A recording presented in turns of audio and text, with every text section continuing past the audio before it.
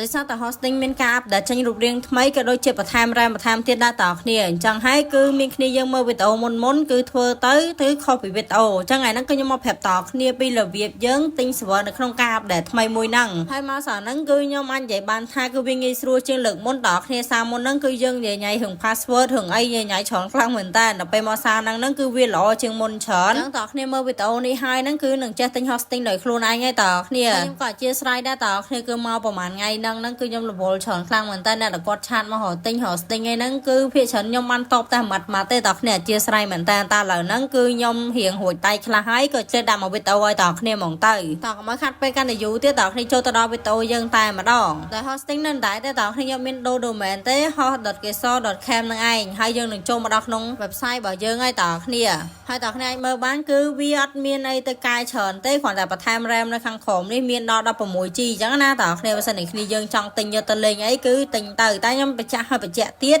សម្រាប់ hosting ខ្ញុំនឹងសម្រាប់អ្នកដែលគាត់លេងជាមួយគ្នាឯងឬមួយក៏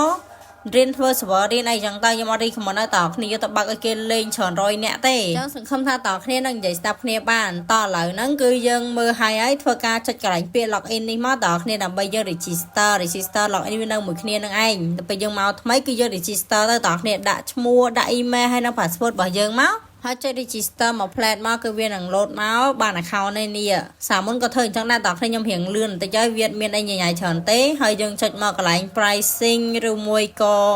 product service អីហ្នឹងគឺវាមានទាំងអស់ហ្នឹងតើគេចង់ទិញកន្លែងមួយណាក៏បានដែរអញ្ចឹងដោយសារតែខ្ញុំហ្នឹងគឺធ្វើឲ្យភ្ញៀវដែរតើគេក៏ទិញជាមួយនឹង 3G ខ្ញុំរើស 3G ចុចកន្លែង add to cart នេះហើយបន្តមកទៀតយើងចុច nextតើគ្នាមើលតាមខ្ញុំទៅគឺអត់ខុសទេតើគ្នាទៅវារៀងលឿនបន្តិចខ្ញុំមានសញ្ញាឲ្យមើលដែរអញ្ចឹងណាកន្លែងនេះគឺយើងដាក់ឈ្មោះ server មកតើគ្នាចង់ដាក់ឈ្មោះអីឈ្មោះទៅស្រេចចិត្តយើងទេហើយយើងចូលមកកន្លែង complete order នេះហើយចាំវាបន្តិចវានឹង load QR ឲ្យយើងហើយតើគ្នា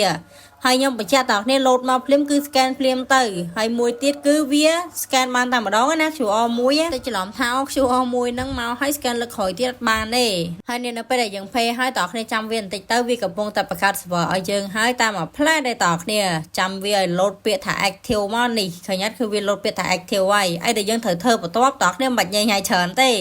យើងចុចមកកន្លែង my server នឹងមកហើយចុចពាក្យថា go to panel វានឹងនាំយើងមកដល់ panel តែម្ដងហើយយើងដាក់ password email ចូលមកហើយបើសិនជាតើគ្នាដាក់ password ត្រូវទេចូលមកកន្លែង host វិញយកពាក្យ account អស់ចូលមកក្រោមមើលកន្លែង reset panel password តើគ្នាចុចវាមួយមកហើយចាំវាមិនតិចហើយយើងមើលនៅកន្លែងខាងក្រោមគេបងអស់នេះតើគ្នាកន្លែង new password ហ្នឹង